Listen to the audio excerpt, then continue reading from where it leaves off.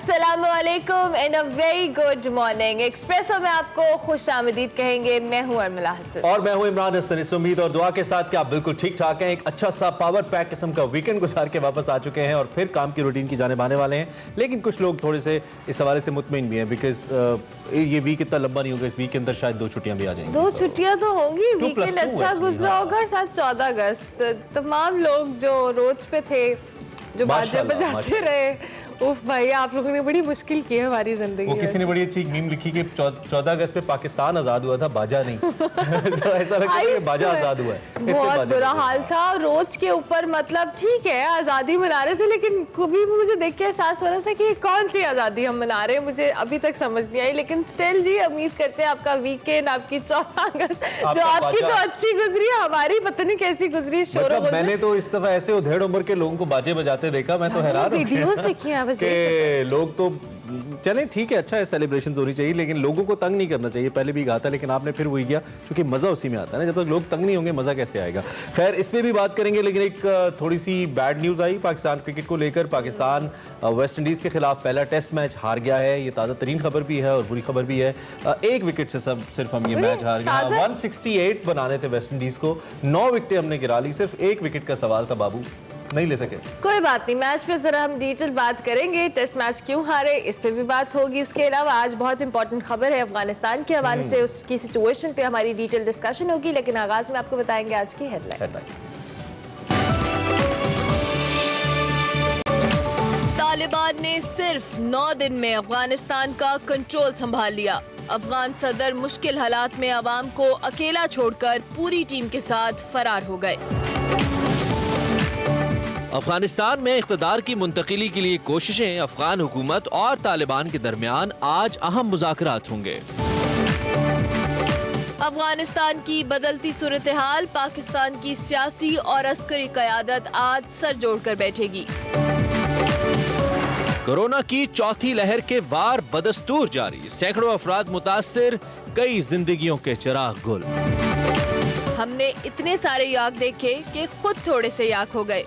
बात करेंगे याक सराय पर मुस्तंसर हुसैन तार साहब के साथ। सेगमेंट निकले तेरी तलाश में।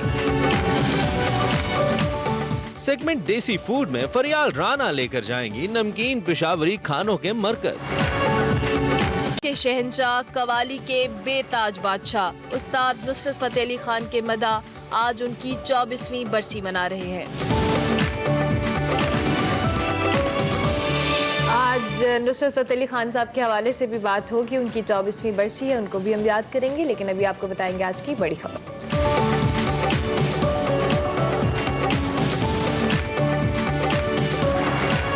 तो सबसे पहले सबसे बड़ी खबर, बात करें अफगानिस्तान की। सूरत हाल इंतहाई कशीदा हो चुकी है। तालिबान ने सिर्फ 9 रोज में पूरे अफगानिस्तान पर कंट्रोल हासिल कर लिया है और अफगानिस्तान के दारुल हुकूमत काबुल में दाखिल हो गए हैं और सिक्योरिटी की जिम्मेदारियां भी संभाल ली हैं। अब अगर यह कहा जाए कि अशरफ गनी की हुकूमत का खात्मा हो चुका है तो यकीनी तौर पर यह गलत नहीं होगा, क्योंकि इस मुश्किल वक्त में अफगान अवाम को अकेला छोड़कर अशरफ गनी, जो बड़ी बड़के मारते थे, सोशल मीडिया पे पाकिस्तान के खिलाफ बैशिंग करते थे, वो खुद और उनके नायब सदर अमरुल्लाह सोलेह दोनों अफगानिस्तान कौमी सलामती के जो रहनुमा है, और उसके साथ साथ हमदुल्ला मुहिब, उनकी पूरी टीम मुल्क से फरार हो चुकी है और इस वक्त ताजिकिस्तान पहुंच चुकी है गवर्नमेंट के इस खिलाफ को पुर करने और निजाम संभालने के लिए। डॉक्टर अब्दुल्ला जो कि इससे पहले को प्रेसिडेंट भी थे, और हामिद करजई और गुलबदीन हिकमतयार पर मुश्तमिल एक राब्ता काउंसिल बना दी गई है जो अबूरी हुकूमत के क़याम तक अफगानिस्तान का कंट्रोल संभालेगी। ताहम तालिबान ने अबूरी हुकूमत के क़याम की तजवीज़ को मुस्तरद करते हुए वाज़ेह किया है कि अफगानिस्तान में कोई अबूरी हुकूमत कायम नहीं होगी, फौरी और मुकम्मल इंतकाल इक़्तिदार चाहते हैं। बिल्कुल, तालिबान ने काबुल में दाखिल होने के बाद अफगान फौजियों और दीगर लोगों के लिए आम माफ़ी का भी ऐलान कर दिया है, जबकि तर्जुमान तालिबान सोहेल शाहीन ने कहा है कि किसी से इंतकाम लेने का इरादा नहीं है, इक़्तिदार पर पुरअमन तरीके से मुंतकिल किया जाएगा। और उन्होंने साथ ये भी कहा कि अफगान अवाम को दावत दे कि आए मिलकर अफगानिस्तान की खिदमत करें।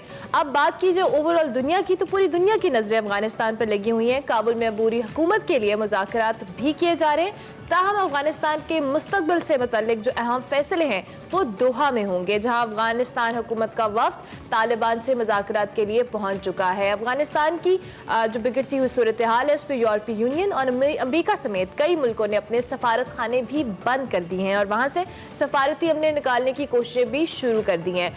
बरतानवी पार्लियामेंट ने जो 18 अगस्त को इजलास बुला लिया, जिसमें अफगानिस्तान के मामले पर जो हुकूमती इकदाम है उन पर बहस की जाएगी और इस सारी सिचुएशन पर हम बात भी करेंगे। और अफगानिस्तान के मामले पर जो हुकूमती इकदाम हैं और वज़ीर आज़म इमरान खान ने भी आज कौमी सलामती कमेटी का अहम इजलास इस्लामाबाद में तलब कर लिया। बिल्कुल, और इसमें न सिर्फ सिविल क़यादत शामिल है बल्कि अस्करी क़यादत भी इसमें शामिल है और इसमें गौर व फिक्र किया जाएगा जो पल पल बदलती सूरत हाल है, इसके क्या नताइज निकलेंगे और पाकिस्तान के इस पर क्या असरात होंगे, इस पर भी गौर व फिक्र होगा। अहम इजलास आपको बताना ज़रूरी है कि कल जनाब उर्दगान ने भी प्राइम मिनिस्टर इमरान खान को फ़ोन किया था और उन्होंने भी इस पर बात की थी। पाकिस्तान और तुर्की ने भी तबादला ख्याल किया था इस मामले पर। इस वक्त दिफाई तज़कियाकार lieutenant general retired Naeem Khalid Lodhi साहब हमारे साथ मौजूद हैं।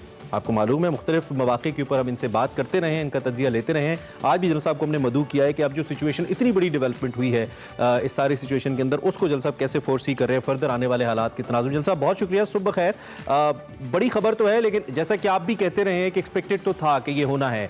पॉजिटिव बात इसमें ये हुई जिसको दुनिया ने भी सराहा कि कोई ब्लड शेड नहीं हुआ और जिस तरह आप भी कहते रहे कि तालिबान बदले हुए तालिबान है, कल की उनकी स्टेटमेंट से भी यही लगा कि वो दुनिया को साथ लेके चलना चाहते हैं, लेकिन स्टेटमेंट्स में और प्रैक्टिकली इस चीज़ को करने में बड़ा चैलेंजिंग लगता है अफगानिस्तान के अंदर। आप कैसे देख रहे हैं?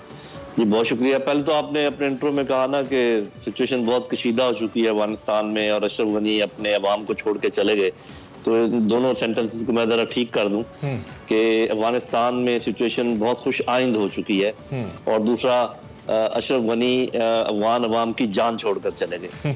देखिए बात यह है कि जो कुछ ये हुआ है किसी तरीके से मिलिटरीली ये मुमकिन नहीं था कि 2 हफ्ते के अंदर अंदर कोई भी फौज, दुनिया की सुपर पावर भी जो है वो ऐसे नहीं कर सकती कि 2 हफ्ते में इतने बड़े इलाके पर कब्जा कर ले या उस पर हावी हो जाए, जिसका ये मतलब है कि इसमें कोई शक नहीं कि उनके मनूवर्स ब्रिलियंट थे और स्ट्रेटजी के लिहाज से पहले उन्होंने अब्जॉर्ब किए खाली इलाके, फिर जितने बाहर अंदर जाने के रास्ते हैं फिर शहरों की तरफ आए।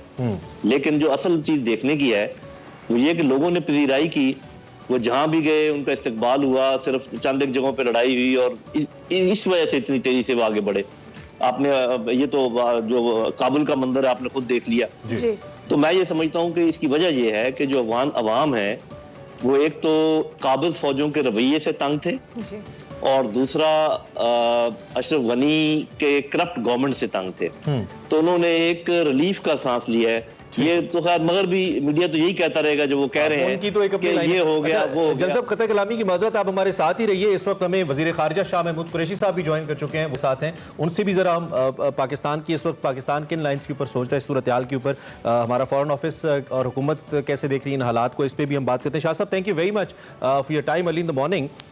वैसे तो सिचुएशन जनरल साहब का ये कहना है कि इतनी क्रिटिकल नहीं है, खुशाइंद है, हालात वाजे हो गए, कोई उस तरह का ब्लड शेड नहीं हुआ जैसा हम एक्सपेक्ट कर रहे थे, लेकिन इसके बावजूद पाकिस्तान का एक मौक़िफ़ रहा है कि हम ताकत के जरिए किसी इंतकाली इक़्तिदार को सपोर्ट नहीं करते और तालिबान ने यह भी कहा है कि वो किसी अबूरी हुकूमत को सपोर्ट नहीं करते, बराह रास्त इंतकाली इक़्तिदार चाहते हैं। पाकिस्तान कैसे देख रहे हैं सूरत हाल को? देखिए इस स्टेज पर आपकी नजरें भी अफगानिस्तान पे लगी हैं, पाकिस्तान की और दुनिया की, और सब बड़ा क्लोजली सिचुएशन को ऑब्जर्व कर रहे हैं, स्टडी कर रहे हैं।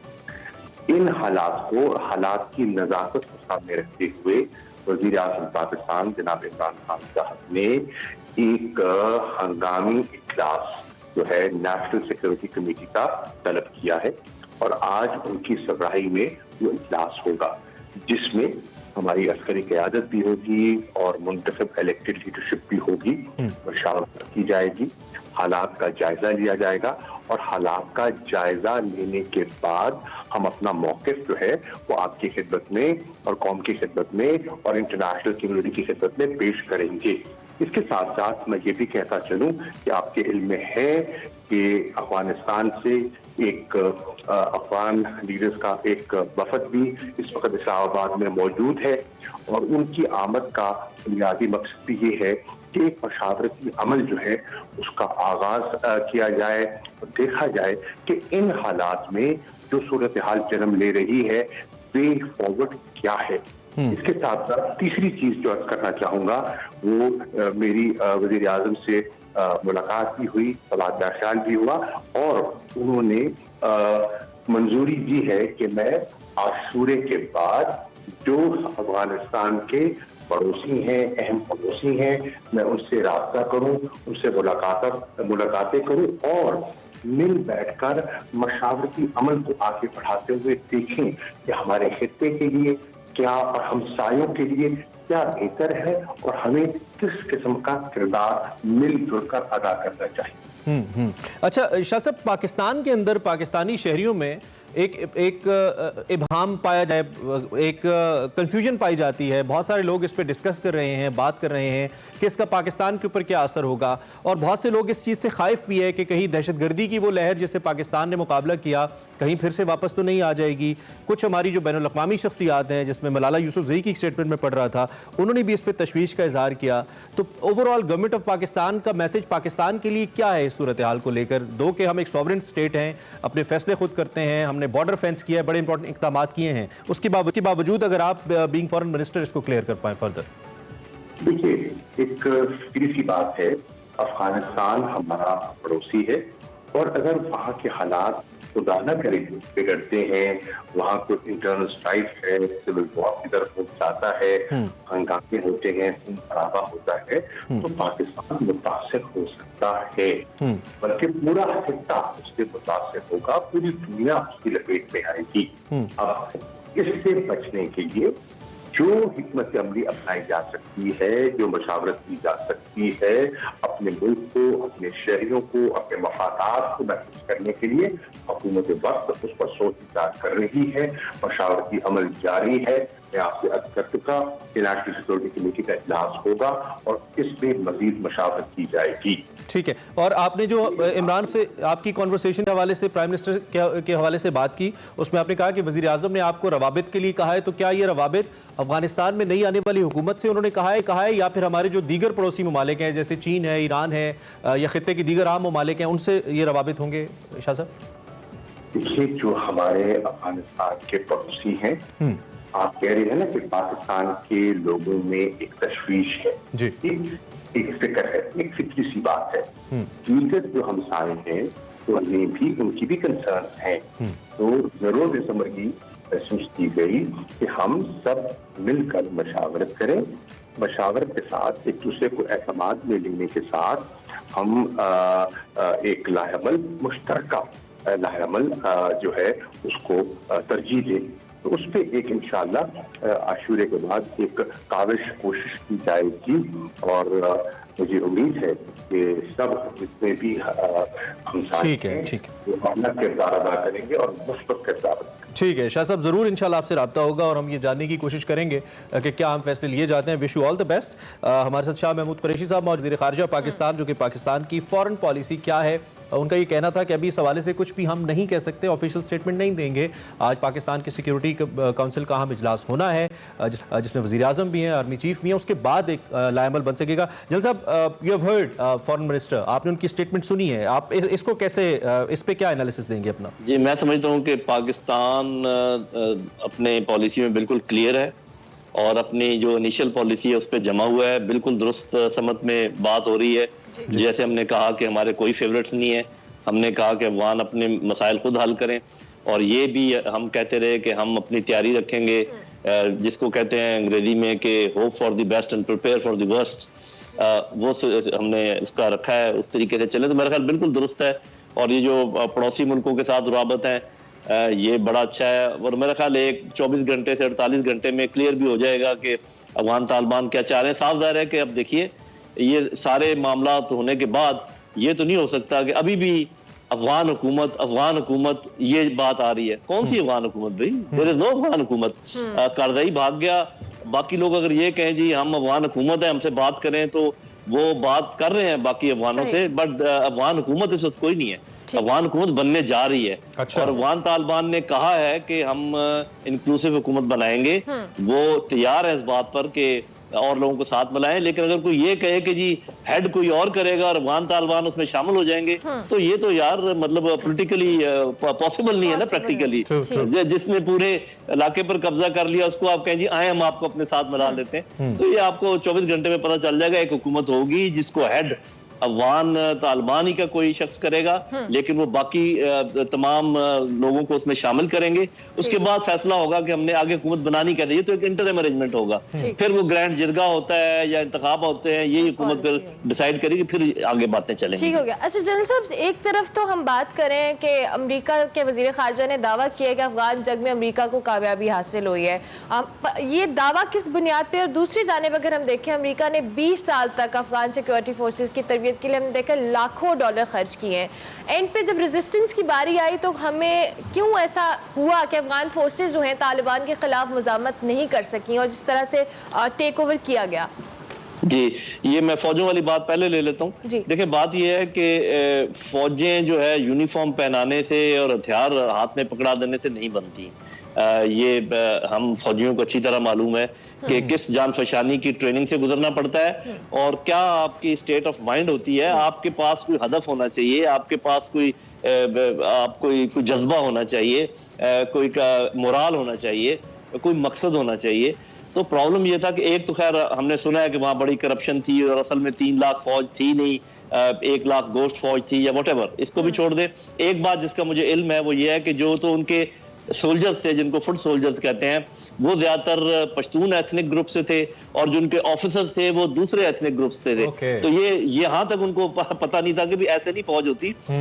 फौजी अपने कमांडर की तरफ देखते हैं। आपको पता है जब हमारी फौज है तो ऑफिसर सबसे आगे जाके हमला कर रहा होता है, इसलिए आपने देखा कि हमारी ऑफिसर्स की शहादतों की रेशियो कितनी ज्यादा है। तो उस तरीके से जब तक घुल मिलकर आपकी सोसाइटी का एक हिस्सा ना हो, ये फौजें नहीं बनती। फिर ये कि आपके सामने कोई ऐसा हदफ होना चाहिए। जो फौजियों के दिल में भी वही जज्बा था जो मैं अवाम की बात कर रहा हूँ। फौजी भी अमरीकी रवैयों से खुश नहीं थे, बावजूद इसके कि वो उनको पे भी कर रहे थे। देखिए, बाहर से आई फौज जो है वो कभी भी आपके दिल जीतने में और आपके जहन जीतने में इंटरेस्टेड नहीं होती। और शायद यही वजह कि इस्माइल खान जैसे जो बड़े वहां पे रहनुमा थे, जो वॉरियर्स थे, वो भी सरेंडर करते रहे और उन्हें भी मुफाहमत कर ली। जी, बाकी एक मिनट, वो दूसरा आधा जवाब रह गया। उन्होंने ये कहा था कि अमेरिका ये कह रहा है कि हमने जंग जीत ली। देखें, बात ये है कि अमेरिका ने कुछ तो फायदे हासिल किए हैं। 20 साल तक वो यहाँ पर रहा। उन्होंने चीन को 20 साल तक यहाँ नहीं आने दिया, उन्होंने रूस को 20 साल तक यहाँ नहीं आने दिया, उन्होंने 20 साल तक यहाँ अमन नहीं आने दिया। तो कुछ मकासद तो हल हो गए, लेकिन अल्टीमेटली वो यहाँ पर जख्म खुर्दा तरीके से गया, वो माने या ना माने उनकी मर्जी है। अच्छा, तालिबान क्योंकि अब आने वाले वक्त के अंदर आपको पता है कि जंग तो मईशत की है। चीन के ज़बरदस्त इंटरेस्ट अफगानिस्तान के हवाले से, कॉरिडोर के हवाले से मौजूद है और उस कॉरिडोर की बेस पाकिस्तान फराम करता है। पाकिस्तान ही वो निगोशिएटर रहा है जो तालिबान से बात भी करता रहा है और समहाउ तस्लीम भी करता रहा है कि तालिबान एक कुव्वत के तौर पर मौजूद है, इसीलिए उनकी बातचीत भी करवाता रहा। और दुआ के अंदर उनका ऑफिस मौजूद था और कतर आपको पता है टर्की और रशिया ब्लॉक का इंपॉर्टेंट हिस्सा है। तो इस सारी सूरत हाल को देखते हुए अब भारत का क्या फ्यूचर है, जिसने बिलियंस ऑफ डॉलर्स झोंके अफगानिस्तान के अंदर, इन्वेस्टमेंट्स की, इंफ्रास्ट्रक्चर बनाया, हुकूमत को सपोर्ट किया वहां पे, भारत का क्या फ्यूचर आप देख रहे हैं उसकी रेशा दवानियों के खिलाफ? अब जी देखिए सर, मईशत में सिर्फ चीन ही इंटरेस्टेड नहीं है, रूस भी इंटरेस्टेड है, सेंट्रल एशियन कंट्रीज भी इंटरेस्टेड है, पाकिस्तान भी इंटरेस्टेड है, ईरान भी इंटरेस्टेड है। ये काफी बड़ा ब्लॉक बन जाता है उस तरीके से देखा जाए। जहां तक हिंदुस्तान का ताल्लुक है, उन्होंने बड़ी कोशिश की। देखें, अगर तो वो सिर्फ वहां पर डेवलपमेंट वगैरह में हिस्सा लेते तो मेरा ख्याल है कि हमें भी कोई इतराज ना होता, आइंदा भी शायद ना हो। लेकिन वो अफगान जमीन को इस्तेमाल कर रहे थे पाकिस्तान के खिलाफ हमले करने के लिए, ये अब हम सबको मालूम है। तो मेरा ख्याल है कि ये पाकिस्तान को बहुत बड़ी रिलीफ मिली है और हिंदुस्तान को बड़ी ज़ीमत का सामना करना पड़ा है। लेकिन चूंकि अफगानिस्तान एक मुल्क है, देखिए अभी हम तालिबान की बात खत्म कर देंगे। जब एक इंटरम सेटअप बन जाएगा, जब एक हुकूमत आ जाएगी, जब अफगान अवाम उनको मान लेंगे, फिर हम ये बात किया करेंगे अफगानिस्तान और पाकिस्तान, अफगानिस्तान और हिंदुस्तान। तो अफगानिस्तान जब एक आजाद मुल्क होगा, वो हिंदुस्तान से जैसे भी ताल्लुकात रखे, हम उसमें कुछ नहीं कह सकते। अलबत्ता ये हमारी डिमांड जरूर होगी कि उनकी सरजमीन जो है हमारे खिलाफ इस्तेमाल नहीं होनी चाहिए, और उसका वादा उन्होंने किया है। बिल्कुल ठीक है। जनरल नईम खालिद लोधी साहब, बहुत शुक्रिया, अलग सुबह ज्वाइन किया और अपना तज्जिया हमारे सामने रखा। इस पे हम बात कर रहे थे, अफगानिस्तान के अंदर सूरत हाल डेवलप हो रही है। मीडिया भी मुख्तलिफ तरीके से रिपोर्ट कर रहा है। कुछ वेस्टर्न मीडिया है वो मुकम्मल तौर पर कियोस को रिपोर्ट कर रहा है, हमने देखा, और कुछ मीडिया इसको ऐसे रिपोर्ट कर रहे हैं कि लोग वेलकम करें इस सूरत हाल को, और बहुत सारे लोग ये चाहते थे कि ये सूरत हाल हो जाए। ताहम कल काबुल के अंदर हमने देखा बहरहाल एक कियोस की सी सूरत हाल थी, ट्रैफिक जैम था, एटीएम्स के बाहर बहुत बड़ी तादाद में लोग जमा थे। कुछ फुटेजेस भी इसी हवाले से सामने हम मजीद भी अभी बात करनी है, हमें एक ब्रेक लेनी है, ब्रेक के बाद वापस आएंगे। उसी सिचुएशन पे मैं और भी मेहमान ज्वाइन करने वाले हैं, आप देखते रहिए Expresso. Welcome back to Expresso. हम बात कर रहे थे अफगानिस्तान की सिचुएशन के हवाले से। इस वक्त हमारे साथ मौजूद हैं आयशा तंजीर, जो कि वॉइस ऑफ अमेरिका की ब्यूरो चीफ हैं काबुल में। उनको वेलकम करेंगे। बहुत शुक्रिया आयशा कि आपने अर्ली इन द मॉर्निंग हम एक्सप्रेसो में ज्वाइन किया। अब बड़ी इंपॉर्टेंट सिचुएशन है, बड़ी इंपॉर्टेंट डेवलपमेंट है। इसके हवाले से हम कल से देख रहे हैं, खबरें आ रही हैं। अभी जो हम सिचुएशन आपसे जानना चाहेंगे, इस वक्त क्या सिचुएशन है काबुल की, और वहाँ पे जो पब्लिक है बेसिकली वो क्या सोच रही है, उनका क्या रिएक्शन है? इस वक्त जो है काबुल में तालिबान सड़कों पर आ चुके हैं, लेकिन हमें अभी तक वायलेंस की या तशद्दुद की कोई रिपोर्ट्स नहीं मिली हैं। अभी दिन शुरू हुआ है, अभी कुछ देर में अंदाज़ा होगा कि लोग कितने बाहर निकलते हैं और कितने नहीं निकलते, क्योंकि कल शाम तक काबुल की सड़कें तकरीबन खाली हो गई थी। दिन में ट्रैफिक जैम हुई थी क्योंकि हर एक घर पहुंचने की कोशिश कर रहा था, तो तमाम लोग जो घर से दूर थे एकदम से सड़कों पर आ गए थे। लेकिन शाम तक हमने देखा कि सड़कें खाली हो गई हैं। अब आज क्या, और कल तमाम दुकानें बंद हो गई थी, तो आज क्या दुकानें खुलती हैं, लोग बाहर आते हैं या नहीं, ये अभी पता चलेगा। लोग क्या सोच रहे हैं उसमें हमने जो बहुत सारे लोगों से बात की है, तो उसमें दो आ रहा है। एक तरफ तो ये एक रिलीफ है, या लोग शुक्र अदा कर रहे हैं कि तशद्दुद नहीं हुआ। अगर तालिबान काबुल पर हमला करते और स्ट्रीट टू स्ट्रीट जंग होती, तो उससे सिविलियंस का, आम शहरियों का बहुत नुकसान होता, बहुत ज़्यादा जानें ज़ाया होती, क्योंकि ये 6 मिलियन लोगों का शहर है। दूसरी तरफ वो तमाम लोग काबुल का पढ़ा लिखा तबका, प्रोग्रेसिव तबका, जिन्होंने इन 20 सालों में जो स्कूल और कॉलेज गए हैं, जो सोशल मीडिया पे एक्टिव थे, जिन्होंने कहीं ना कहीं तालिबान की ह्यूमन राइट्स पॉलिसीज पे या खवातीन के हवाले से उनकी पॉलिसीज पे तनकीद भी की है, या जो सहाफ़ी थे, वो तमाम लोग बहुत परेशान हैं। जो ऑर्डिनरी अफगान हैं वो इस वक्त अपने अपने घरों में बैठे हैं। वो इस वक्त कोशिश कर रहे हैं कि बिल्कुल खामोशी से अपनी अपनी जगह पर बैठे हैं, किसी की नजर में ना आए, अंडर द रेडार रहें, और वो देख रहे हैं सिचुएशन क्या होती है। क्योंकि अगरचे तालिबान ने आम माफी का ऐलान किया है, लेकिन अभी ये देखना है कि उनके जो कमांडर्स या उनके जो जंगजू जमीन पर मौजूद हैं, क्या वो इस हुक्म की पूरी तरह तामील करते हैं, या कहीं ना कहीं कोई हमें इंसिडेंट ऐसा नजर आता है जहां ये वो वायलेट करते हैं इस हुक्म को। तो इस वक्त दो तरह की ये आरा और फीलिंग्स काबुल में है, रिलीफ है और दूसरी तरफ कुछ परेशानी भी है। ठीक है आयशा, अशरफ गनी साहब के हवाले से, दो कि उनको मैंडेट हासिल नहीं था, अवामी मैंडेट वाली हुकूमत नहीं रखते थे, लेकिन इसके बावजूद he was the head of the state, और लोग ऐसे मौकों के ऊपर हेड ऑफ द स्टेट्स के डिसीजंस की जानिब देखते हैं। जो उनके डिफेंस मिनिस्टर है बिस्मिल्लाह मोहम्मदी साहब, उन्होंने बहुत ही एक तुर्श किस्म का ट्वीट किया, आपने देखा होगा, जिसमें उन्होंने abusive sort of language use की अशरफ गनी साहब के लिए। तो अवाम का अशरफ गनी के इस फरार को लेकर क्या सेंटिमेंट है, जो सिचुएशन बनी है? देखिए, अभी तो अवाम, टू बी वेरी ऑनेस्ट, इतनी हबड़ दबड़ में थी कल सड़कों। अभी तो दिन शुरू हुआ है काबुल में, तो अभी जब हम बाहर जाएंगे और लोगों से बात करेंगे इन इश्यूज पे, तो हमें सिचुएशन ज्यादा क्लियर होगी। लेकिन सोशल मीडिया पे आपने जैसे देखा, डॉक्टर अब्दुल्ला ने भी ये कहा कि जो साबिक सदर अशरफ गनी थे वो मुल्क को बहुत बुरे हालात में छोड़ के गए हैं। अभी आपने और अफगान ऑफिशियल्स का भी जिक्र किया। सोशल मीडिया पे ये क्रिटिसिज्म काफ़ी सख्त चल रहा है सदर अशरफ गनी, साबिक सदर अब अशरफ गनी के ऊपर, कि उन्होंने वक्त पे डिसीजंस नहीं लिए, और जब वक्त आया तो वो खुद तो चले गए, और जो है काबुल को, जो अवाम, बाज लोगों ने लफ्ज यूज किया सरेंडर, कि काबुल को तालिबान के हाथ सरेंडर करके चले गए। तो ये सेंटिमेंट सोशल मीडिया पे हमें नजर आ रहे हैं। अभी एक्चुअली स्ट्रीट्स पे, सड़कों पे लोग क्या कह रहे हैं वो ठीक है। मैं ये भी आपसे जानना चाहूंगा, जब पूरे मुल्क के अंदर, अफगानिस्तान बहुत बड़ा मुल्क है, और मुख्तलिफ सूबों के अंदर जब अफगानिस्तान में तालिबान कंट्रोल हासिल कर रहे थे, तो एक सिचुएशन तो बिल्टअप हो रही थी, और तमाम आंखें काबुल के ऊपर थी कि काबुल की क्या सिचुएशन बनेगी। तो जाहिर बात है, अवाम भी वहाँ पे, आपने कहा कि एक वाइब्रेंट तबका भी है जो पढ़ा लिखा भी है, सूरत हाल को मॉनिटर करता है, एक बहुत बड़ी तादाद आप जैसे सहाफ़ियों की भी वहाँ पे मौजूद है। तो क्या कोई बिल्टअप था पहले अवाम के जहन में, जो कल इन लास्ट 36 आवर्स हुआ, उसको लेकर कोई बिल्टअप था कि ये होना है, और अवाम वो सॉर्ट ऑफ कंफर्टेबल, या फिर आपको लगता है कि पहले से लोग तैयार थे सिचुएशन के लिए जो कल बनी? हाँ, क्योंकि ये रूमर्स या ये अफवाहें बहुत कोई तकरीबन कई दिन से काबुल में गर्दिश कर रही थी कि अशरफ गनी रिजाइन करने वाले हैं। बल्कि तालिबान के आने से 2 दिन पहले भी जब उन्होंने अपना एक खिताब किया तो उस खिताब से पहले तक ये बड़ी स्ट्रॉन्ग रूमर चल रही थी और कुछ लोगों ने सोशल मीडिया पे इसको ट्वीट भी किया कि इस खिताब में अशरफ गनी अपने इस्तीफे का ऐलान कर देंगे। और सोचा ये जा रहा था क्योंकि अवाम की बहुत ज्यादा शुरू से ही ये एम्फेसिस रहा है कि दोहा नेगोशिएशंस को आगे बढ़ाया जाए, लेकिन उसमें तालिबान की तरफ से कुछ हिच आ रही थी। तालिबान जो है वो अपने मौक़िफ़ से हिल नहीं रहे थे।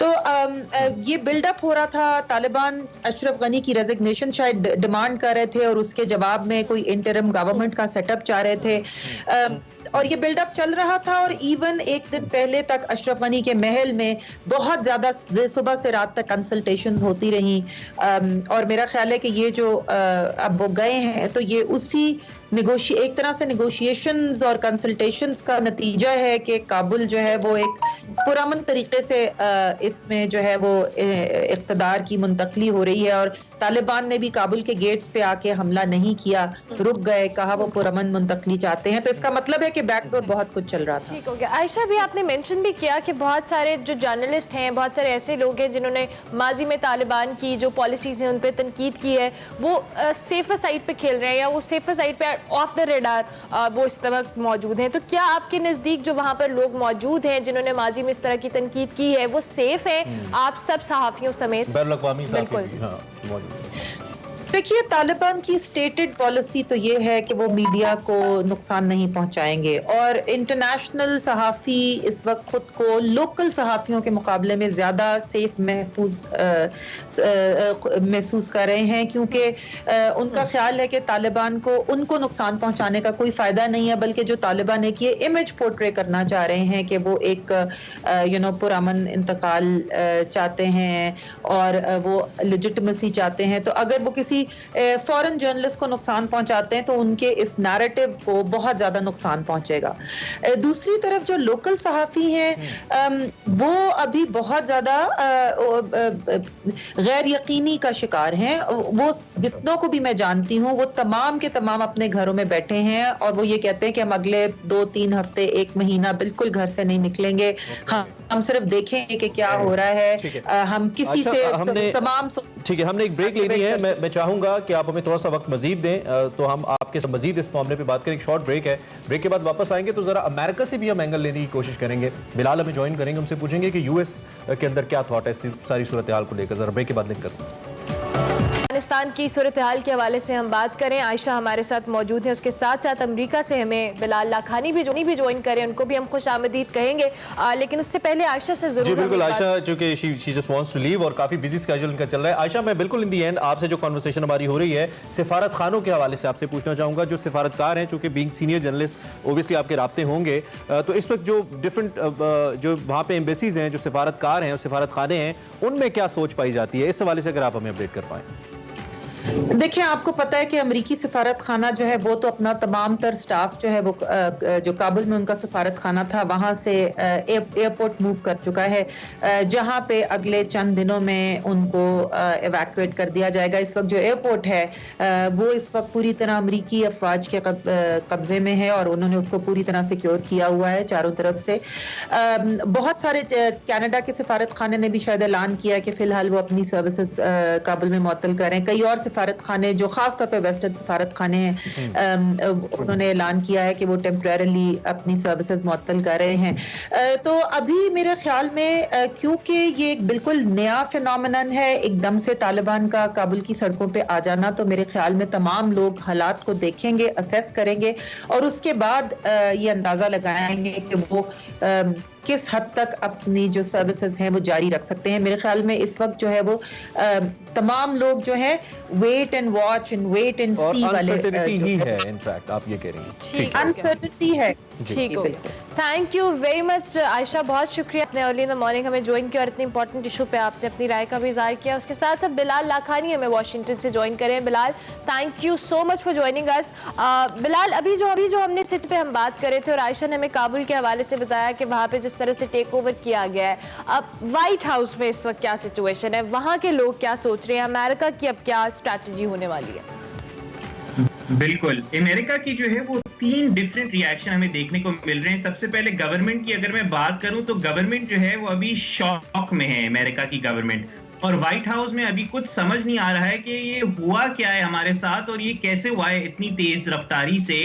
यहां तक कि कुछ हफ्ते पहले जो बाइडेन ने पब्लिक में प्रेस कॉन्फ्रेंस में आके बात करी थी और कहा था कि भाई काबुल जो है वो नहीं गिर सकता और अफगानिस्तान को तालिबान टेक ओवर नहीं कर सकती। फिर 2-3 दिन पहले पेंटागन के स्पोक्स पर्सन ने बोला कि काबुल को कोई इमिनेंट थ्रेट नहीं है और फिर इतनी जल्दी काबुल गिरा। इसका मतलब ये बिल्कुल भी एक्सपेक्ट नहीं कर रहे थे। और याद रहे कि ये ट्रंप की एडमिनिस्ट्रेशन नहीं है जिसमें थोड़े से अजीब इनएक्सपीरियंस लोग बैठे हुए हों। ये सबसे सुलझे हुए अमेरिकन पॉलिटिक्स और फॉरेन पॉलिसी के अगर सोचने समझने वाले हैं तो वो जो बाइडेन की एडमिनिस्ट्रेशन में है वो, और वो जो बाइडेन खुद हैं जो 30-40 साल से सियासत में हैं। इसका मतलब हम ये समझें कि न सिर्फ अवाम को इस हवाले से बका गया बल्कि जो अमरीकी क़यादत थी वो खुद भी शायद इस सूरत हाल को उस तरीके से गेज नहीं कर रही थी जिस तरह की सूरत हाल बिल्ट हो रही थी। क्योंकि हम अगर बिल्कुल रीसेंट सिचुएशन की बात करें तो सदारती महल पे कब्जा हो गया, अमेरिकन एम्बेसी को इवैक्यूएट करवाना पड़ा, वहां पे सारा कामला निकालना पड़ा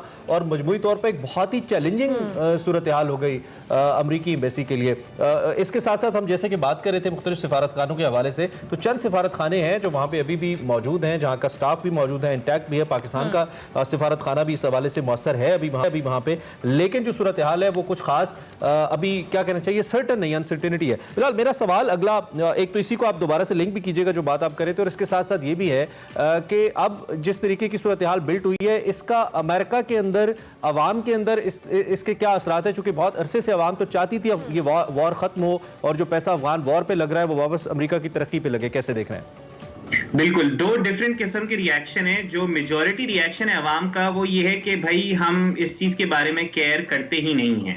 ज्यादातर लोगों को जितनी तशवीश पाकिस्तान में हुई है या पूरी दुनिया में हुई है उतनी अमेरिका में नहीं हुई, क्योंकि ये एक अजीब ही कौम है जो अपने ही कामों में जो है वो इतनी बिजी है कि वो दुनिया को बाकी देख नहीं सकती। इसीलिए विड्रॉल फ्रॉम अफगानिस्तान इतना पॉपुलर है इधर, क्योंकि वो चाहते हैं कि भाई हम जंग से निकलें। तो जो मेजॉरिटी अवाम है उनको they don't care as much. लेकिन जो लोग सोचते हैं, जो लोग समझते हैं, जो लोग केयर करते हैं, उनको ये बात समझ आ गई है कि ये अमेरिका की हिस्ट्री का एक one of the biggest failures है। और जो बाइडेन जो है वो हिस्ट्री में बहुत बुरी तरीके से जज होंगे कि जिस तरीके से ये विड्रॉल लिया गया। देखें, विड्रॉल ज्यादातर एनालिस्ट कहते हैं सही पॉलिसी है, निकालने चाहिए थे अमेरिकन ट्रूप्स को अफगानिस्तान से, लेकिन जिस तरीके से ये विड्रॉल हुआ है ये अमेरिका की प्रेस्टीज को काफी हद तक खत्म कर देता है। और जो अगले उनके एलाइज बनना चाहते हैं, जिस तरह इंडिया जो है वो बहुत कोशिश कर रहा है कि वो अमेरिका का एलाई बने चाइना में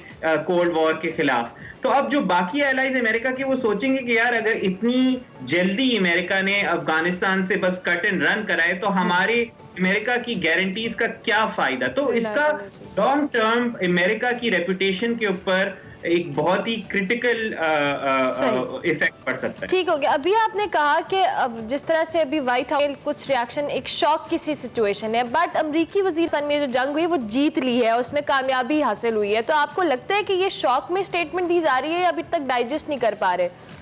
बिल्कुल, ये डिनायल होता है जब आपको कोई रिलेशनशिप में कोई आपके साथ कोई तोड़ दे रिलेशनशिप, तो आप शॉक में होते हैं शुरू में। तो अमेरिका जो है वो अभी शॉक में, ऑब्वियसली बिल्कुल एक ब्रेकअप हो गया। और अमेरिका एक सुपर पावर भी है, देखें बहुत प्राउड है। किसी सुपर पावर को हराना एक बहुत बड़ी बात होती है। उन्होंने ट्रिलियंस ऑफ डॉलर्स लगाए, अपने हजारों उनके सोल्जर्स की डेथ्स हुई हैं, उनका इतना पैसा इस चीज के ऊपर गया है। यहाँ मेरे घर के बाहर सड़क नहीं बनी है क्योंकि वो अफगानिस्तान में सड़क बना रहे थे, लेकिन वो पैसे जो है वो गनी साहब और बाकी गवर्नमेंट के लोग खा रहे थे। तो अमेरिका में सड़कें, स्कूल, रोडें नहीं बनी क्योंकि ये लोग अफगानिस्तान में बनाने गए थे। अब गुस्सा है कि ये सारे पैसे, ये कैसे इतनी बड़ी आर्मी जो वो ट्रेन कर रहे थे, 3 लाख लोगों की आर्मी है, एयरफोर्स है, कहाँ गई? अच्छा, एक दिलचस्प बात मैं पाकिस्तान के लिहाज से ये बताऊं कि बहुत डर था कि सारा जो मलबा है वो पाकिस्तान के आके ऊपर गिरेगा, सारा जो ब्लेम गेम है वो पाकिस्तान के ऊपर आएगा। लेकिन बहुत अजीब बात यह है कि अभी पाकिस्तान को कोई अमेरिका में ब्लेम नहीं कर रहा, क्योंकि वो इतने शॉक में है कि वो एक दूसरे को ही ब्लेम कर रहे हैं। बाइडेन एडमिनिस्ट्रेशन कह रही है कि ट्रंप की गलती है क्योंकि ट्रंप ने नेगोशिएट करना शुरू किया था तालिबान से, और ट्रम्प जो है वो कह रहा है कि बाइडेन को रिजाइन करना चाहिए क्योंकि ये अमेरिका का जो नाम है वो जलील हो बस वो गया है। अक्सर आपको मालूम है सरप्राइजेस के ऊपर रिएक्शंस मुश्किल हो जाते हैं समटाइम्स। तो खैर मेरे सामने अभी डेली मेल की आज की जो हेडलाइन है वो खुली है, and they say what the hell did they all die for, यानी कि बहुत ज्यादा गमो गुस्से का इजहार किया जा रहा है। खासतौर पे आपने खुद भी जिक्र किया जो इतने सोल्जर्स मारे गए, उनके इतना नुकसान हुआ इसके ऊपर। और दूसरी बात ये कि आपने कहा कि इवैक्यूएट करना तो ठीक था लेकिन तरीका ठीक नहीं था। तो क्या कहीं पे मिस्टेक खुद अमेरिकन एडमिनिस्ट्रेशन से हुई या जो अफगान नुमाइंदा हुकूमत थी जो अमेरिका की पिट्ठू हुकूमत थी वो उस तरीके से ग्राउंड रियलिटी बता नहीं पाई? ये प्रॉब्लम हुई कहाँ पे, ये कहाँ पे बेसिकली लैप्स हुआ सारा? देखें, लैब्स तो अमेरिकन इंटेलिजेंस का है। देखें, बाइडेन साहब को ये पता था कि वायलेंस होगा जब वो विड्रॉ करेंगे, लेकिन उन्होंने कहा था कि ठीक है, साल में होगा, 6 महीने में होगा, देखी जाएगी। बाइडेन साहब को पता था कि तालिबान ओवरटेक करेगी, लेकिन उनको लग रहा था कि 6 महीना साल गुजर जाएगा, थोड़ी सी इज्जत के साथ वो लोग निकलेंगे। जो चीज हुई है, जिस स्पीड से हुई है, ये बाइडेन साहब बिल्कुल भी एक्सपेक्ट नहीं कर रहे थे। ये एक इंटेलिजेंस फेलियर है अमेरिका का। ऑब्वियसली अफगान गवर्नमेंट जो है वो बिल्कुल ही अंदर से खोखली निकली, वो भी एक अलग फेलियर है। लेकिन ये मतलब आप इस चीज से अंदाजा लगा लें कि अमेरिका के कोई 2,500 ट्रूप्स जो हैं वो रह गए थे अफगानिस्तान में। अब उनको पिछले 2 दिन में 3,000 ट्रूप्स भेजने पड़े उन 2,500 को निकालने के लिए। मतलब ये मजाक बन चुका है उनका। और अब इंटरनेशनल कम्युनिटी, रशिया, चाइना, सब लोग अब इस चीज का खूब, जो अमेरिका के दुश्मन हैं वो खूब इस चीज का फायदा उठाएंगे और खूब जो है उनकी नाक जो है वो जमीन में रगड़ेंगे। ठीक हो गया। अच्छा बिलाल, एक आखिरी सवाल, आगे क्या एक्सपेक्टेशंस है अमेरिका में? जो अब अमेरिका की जो अफगानिस्तान में नया सियासी सेटअप आएगा उसके हवाले से अमेरिका क्या किरदार अदा करने जा रहा है? ये सबसे बड़ा सवाल है। आई थिंक अभी तो फ्रैंकली तालिबान के पास सारे कार्ड्स हैं और अमेरिका के पास जो है वो ज्यादा कुछ कार्ड्स बचे नहीं है। अमेरिका का भी सिर्फ एक सिंगल गोल है कि वो अमेरिकी शहरियों को जल्दी से बाहर निकाल पाए ताकि उनकी नाक और मजीद नहीं कटे। अब तालिबान जो है वो इन रिस्पॉन्स अमेरिका से मांगेंगे कि भाई आप उनको रिकग्नाइज कर लें कि वो एक लेजिटिमेट हुकूमत है। और अगर अमेरिका ने ये कर दिया, 9/11 की 20वीं एनिवर्सरी के पहले देखिए 9/11 की 20वीं एनिवर्सरी आने वाली है, तो क्या मैसेज जाएगा अमेरिकन अवाम को कि जो 20 साल से उन्होंने जो जंग लड़ी, तालिबान को निकालने की कोशिश करी, उसके बाद आके उन्होंने तालिबान के हाथ में ही पूरी हुकूमत दे दी। चले, आपसे इस हवाले से बात होती रहेगी। और एक शेर मैं अभी देख रहा था, वो मेरे सामने आ गया, तो मैं ज़रूर उस पर इस कॉन्वर्सेशन को ख़त्म करूँगा कि निकलना खिल्त से आदम का सुनते आए हैं, लेकिन बड़े बेआबरू होकर तेरे कूचे से हम निकले। मैं अमरीकी सफारत खाने का जब बंद दरवाज़ा देख रहा हूँ अभी मुख्तलिफ अखबारों के अंदर जो छपा है, और जो सूरत हाल आप भी हमें बता रहे हैं, यकीनी तौर पे बहुत बेआबरू होने वाली सूरत हाल है for the super power as they call. तो यकीनी तौर पे खैर Bilal, thank you very much, आप हमारे साथ मौजूद थे और आपने साहब मौजू पे हमसे बात की। अभी हमें एक ब्रेक लेनी है, ब्रेक के बाद हाजिर होंगे। आप देखते रहिए एक्सप्रेसो।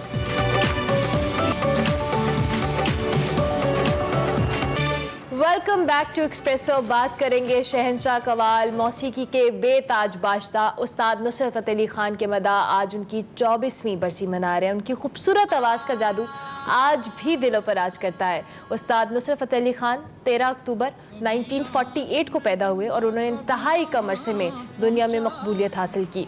उन्हें ना सिर्फ अपने गीतों बल्कि कवाली की वजह से भी मुनफरिद हैसियत हासिल थी। एक्सप्रेसो में आपको एक बार फिर से खुशामदीद कहेंगे। 10 बज चुके हैं, शो का दूसरा हिस्सा शुरू हो चुका है और अब बारी है किसकी? और पीर भी है ना, तो निकले तेरी तलाश में आपको हम दिखाते होते हैं आज के दिन। और याक सराय किताब के हवाले से बात हो रही है, इसके बारे में तारड़ साहब कहते हैं कि थोड़े थोड़े याक हम खुद भी हो गए उनको देखते हुए। सो देखते हैं आज का निकले तेरी तलाश में।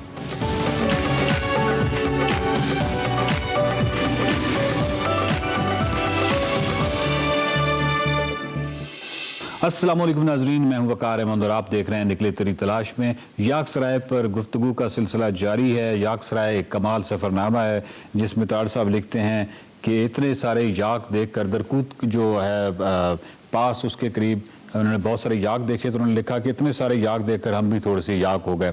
याकों के हवाले से जो तज़किरा है याकों का, वो वैसे तो हर सफ़रनामे में, जो शुमाल के हवाले से जितने भी सफ़रनामे ताड़ साहब के, उनमें हमें मिलता है याकों से एक मोहब्बत जो है ताड़ साहब की, वो भी बहुत ही नुमायाँ है। लेकिन याक सराय तो मतलब उस किताब का उन्वान ही याक सराय है। हमारी गुफ्तगू जो है वो ताड़ साहब से जारी है याक सराय के हवाले से। अच्छा ताड़ साहब, एक सवाल जो है वो ज़रा किताब से आप कह सकते हैं थोड़ा सा हट के है वो कि आपने सुमर नाला का जिक्र किया है इसमें।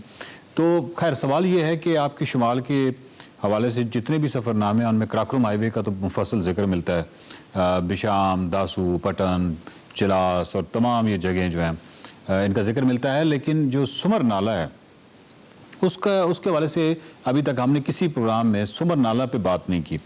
सुमर नाला जो है अब भी अगर आप देखें तो वहाँ पे ट्रक होटल्स हैं, मतलब एक इमारतें हैं, और अब जब आप मोड़ काट के जाते हैं तो जो पहले शायद सुमर नाला का किसी वक्त में बहुत ज़बरदस्त चिंगारता हुआ नज़र आता होगा, अब वो उस तरह नज़र नहीं आता, बल्कि वो बस इमारतों में और इस तरह पोशीदा सा हो गया। आपने सुमर नाला को क्या एक ऐसी हालत में देखा है कि जब वहाँ पे कोई होटल ना हो, कोई कुछ ना हो, तो ये कहीं इब्तदाई उसमें या उस वक्त भी इतनी ही ट्रक होटल्स या ये सब कुछ चीज़ें थी? देखें, शारा कराकोरम पे कुछ भी नहीं था। अच्छा, ठीक है। यानी जब आप चलते थे तो डेसोलेशंस के अलावा कुछ नहीं था।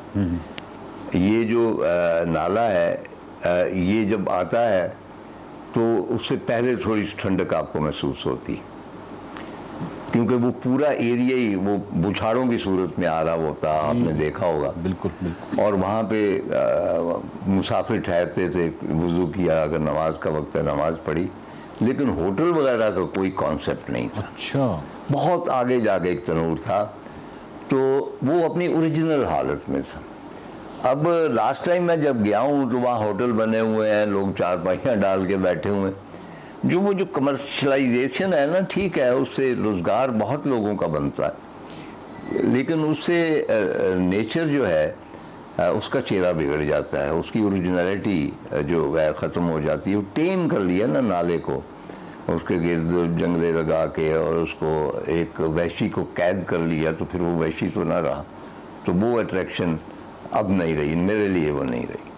जी बिल्कुल ठीक है। नेचर को उसकी ओरिजिनलिटी में रखते हुए भी कारोबार किया भी जा सकता है और ये तमाम मामलात किए जा सकते हैं, लेकिन हमारे यहाँ शायद नेचर को बिल्कुल पसे पुश डाल के और वो तमाम चीज़ें की जाती हैं जिसकी वजह से नेचर की तो खैर तबाही हो जाती है।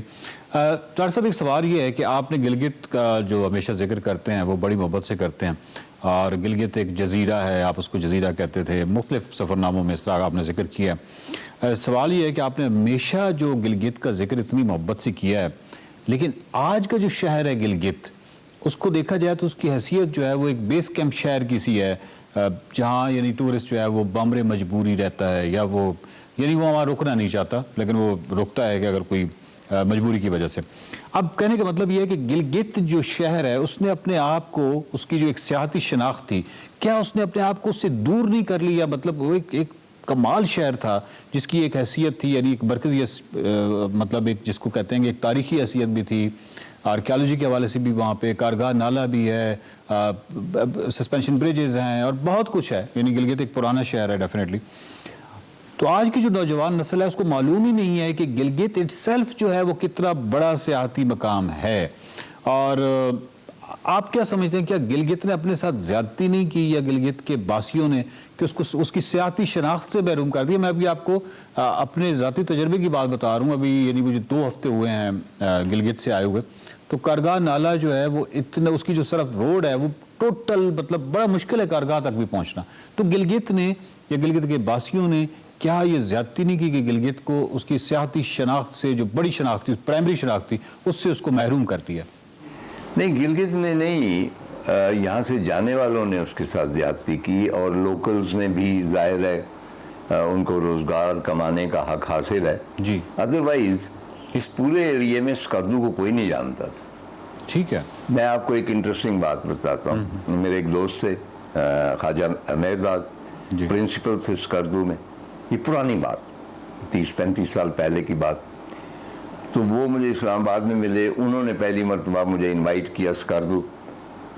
तो मैंने पूछा कि हालात कैसे हैं, ये वो शहर कैसा है वगैरह वगैरह, क्योंकि स्कर्दू को बुनियादी तौर में मैं ब्रिगेडियर असलम साहब के हवाले से जानता था, वो मेरे वालिद साहब के दोस्त जी, और वो आया करते थे और हमें बताते थे, मेरे वालिद साहब के साथ डिस्कस करते थे कि जी इस तरह स्कर्दू नाम का एक शहर है, वहाँ एक झील है, उसके किनारे मैंने एक होटल बनाया है और एक पुराना जहाज़ खड़ा किया है, तो मैं उस झील में सिंघाड़े जो हैं काश्त करना चाहता हूँ, तो क्या मैं कर सकता हूँ? ये मुझे अब तक याद।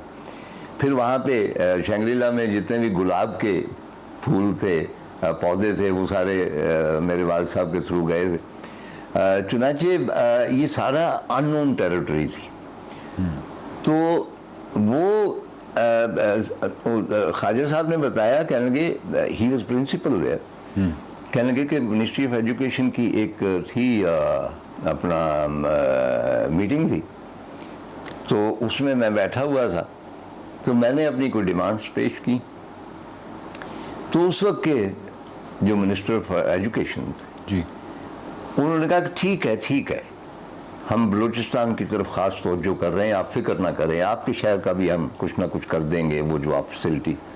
अच्छा, कहते हैं मैं I was stunned, minister of education जो है वो ये नहीं जानता कि स्कर्दू कहाँ है, वो उसको बलूचिस्तान का हिस्सा समझ रहा। दोबारा फिर मैंने कहा कि सर वो बलूचिस्तान में नहीं है, वो हमारे शुमाल में है। तो कहने लगे नहीं हाँ जानते हैं, ठीक है वो हो जाएगा। तो इस तरह की गफलत भी इख्तियार की लोगों ने, और मतलब कि उनको कोई आइडिया ही नहीं था कि ये लेकिन on the other hand Gilgit जो था, गिलगित वर्ल्ड मैप पे था एज ए स्ट्रेंज और मिस्टीरियस सिटी। जब आप टिम्बुक्टू का नाम लेते थे या इस किस्म के किसी और शहर का जिसके साथ दास्तानें वाबस्ता हैं, तो उसमें गिलगित का भी नाम आता था। कोई शक। जब मैं पहली मरतबा गवर्नमेंट कॉलेज की टीम के साथ किशनगंगा वैली यानी आज का नीलम जो है वो एक्सपीडिशन पे गया था रत्ती गली की जानिब, तो ये जो आज का बाटाकुंडी आप ज़रा देखें जी, ह्यूज होटल्स और सारा कुछ, बहुत ज़्यादा। वहाँ पे कुछ भी नहीं था सिवाय एक नाले के और एक रेस्ट हाउस के, और कुछ भी नहीं था एब्सोल्युटली। तो उस रेस्ट हाउस में हम रात ठहरे थे, तो वहाँ पे किसी अंग्रेज़ ने की डायरी थी, उसके पास रजिस्टर था चौकीदार के पास ना, अभी 56 का समझ लेना, अभी अंग्रेज़ को गए हुए 10 साल भी नहीं हुए। तो उसमें एक अंग्रेज़ ने लिखा हुआ था अपने कि मैं जा रहा हूँ, मुझे मेरी पोस्टिंग हो गई पता नहीं गिलगित, और ये गॉड फॉरसेकन प्लेस पता नहीं कहाँ है, इन्होंने मुझे भेज दिया है। अच्छा। यहाँ से मैं घोड़े पे जाऊँगा और खुदा करे कि गिलगित में कोई आदमखोर लोग ना हो। और मैंने बड़ी दास्तानें सुनी हैं कि वो गोरों को खा जाते, ये मैंने खुद पढ़ा, उसके हाथ का लिखा हुआ है। तो गिलगित में एक फैसिनेशन थी दूर उफ्तादा होने की, और एक मिस्ट्री थी उसमें, और मिस्ट्री में मर्डर भी था क्योंकि वहाँ हुए 1-2 गोरे मर्डर। तो वो सारी मिस्ट्री अब ख़त्म हो गई। अदरवाइज गिलगित इटसेल्फ जो है, वहाँ पे आप 5-7 दिन रहें तो वो भी एक फैसिनेटिंग सिटी है। अब तो वो एक स्टॉप बन गया ना आगे जाने के लिए, हर एक को हमजा का बुखार या नगर का बुखार है, वहाँ पे वो ठहरते नहीं। तो गिलगित ने खुद भी, लेकिन ज़्यादातर सयाहों ने उसके साथ ज़्यादती की। कोई शक नहीं, गिलगित एक कमाल शहर है। अच्छा सर, ये बताइए कि किम ओनील और उनके जो को-निवर्त खामिद हैं, आपने लिखा है कि उस वक्त वो लोनली प्लेनेट के लिए पाकिस्तान के लिए एक ट्रैकिंग गाइड लिख रहे थे। एज़ुब अली शाह को देखा जाए तो उसने जो कराकोरम हाईवे पे लिखी किताब, उन किताबों के अंदर, उन गाइड्स के अंदर जो डिटेल्स हैं, ज़बरदस्त किस्म की डिटेल्स, होटल, उनके अपना उनका जो भी रेंट है, इसके अलावा वो तमाम ट्रैक्स की जो इन्फॉर्मेशन है, वो तमाम चीज़ें बड़ी ही डिटेल और जुज़ियात के साथ लिखी थी। बड़ा ही मरबूत काम था। आपकी नज़र में कहीं मकामी सतह पे भी ऐसा कोई मरबूत काम हुआ है जिसको उस तरह की पजीराई हमने ना दी हो? तो आपकी नज़र में कोई ऐसा काम है? जो ये थी किम ओनील वगैरह, ये तो काम कर रहे थे ना लोनली प्लेनेट के लिए। तो लोनली प्लेनेट वाले मेरे ज़माने में तो मोस्ट ऑथेंटिक किताब लोनली प्लेनेट होती थी, आवारागर्दों की। वो कहते थे it is a bible for vagabonds, और उसमें मालूमात हर शहर के हर मुल्क के बारे में। तो वो हायर करते थे आवारागर्दों को जिनमें राइटिंग स्किल हो, और वो फिर लिखते थे, और फिर बड़े पैमाने पर छपती थी। एक तो ये है जो हमारे यहाँ सिस्टम नहीं है। बाकी जो एज़ुब शाह है, बहुत अच्छी खातून है, उनसे भी मेरी मुलाकात हुई। यहाँ आपके जो है लेक जो अब डैम बन गई है, क्या नाम है? सतपारा। हाँ जी, हाँ सतपारा, हाँ जी, सतपारा में वो आई हुई थी, और मोहम्मद अली चंगेज़ी ने मुझे मिलाया था, और वो अपने बेटे के साथ थी, और वो भी बहुत फिरंतू खातून थी। उनके खामंद स्विट्ज़रलैंड में बहुत बड़े किसी ओहदे पर थे, UNO में। और उन्होंने सिर्फ वो कलाक्रम नहीं लिखी, उन्होंने एक और किताब पाकिस्तान लिखी है, उसमें भी सारे ट्रैक्स मौजूद हैं। तो ये दो बेसिक हमारे लिए, मतलब मैंने पहली मरतबा ये लोनली प्लेनेट में पढ़ा फेरी मेडोज के बारे में। अच्छा, हमें पता ही नहीं था, पाकिस्तान में किसी को नहीं पता था आम बंदे को कि फेरी मेडो कोई जगह है। किसी गाइड बुक में कोई ना गया था। आज से 34 साल पहले जब मैं गया हूँ तो ये इनकी मेहरबानी। हमारे यहाँ भी काम बहुत हुआ है, लेकिन मसला ये है कि यहाँ पे ऐसी किताबों की मांग नहीं है। उनको एक पुशअप चाहिए, उनको एक प्रोजेक्शन चाहिए जो उन्हें नहीं मिलती। मैं जब टीवी वगैरह पे था तो मैं थोड़ा बहुत मतलब उनके बारे में बात कर लेता था। अदरवाइज़ कागान के बारे में 2-3 गाइड बुक्स बड़ी अच्छी लिखी गई हैं। अच्छा। पहाड़ों के बारे में लिखी गई हैं। उसके बाद मास्टर हकीकत मरहूम ने भी एक किताब लिखी थी ट्रैकिंग के बारे में जी। और उसमें बहुत दुश्वार गुजार जो जगह उनकी ट्रैकिंग थी, तो वो काम उस तरह नहीं हुआ। नाज़रीन, याक सराय पर गुफ्तगू का सिलसिला जारी है। आपने सुना है कि ताड़ साहब ने कितनी खूबसूरती से हमें जो राय है उसके हवाले से जो भी उनके मौज़ूआत हैं उन पर उन्होंने बात की है। और याक सराय में बहुत सारे कमाल और ख़ूबसूरत मौज़ूआत हैं जिन पर हमारी बातचीत का सिलसिला जो है वो जारी है। अगले हफ्ते फिर मुलाकात होगी।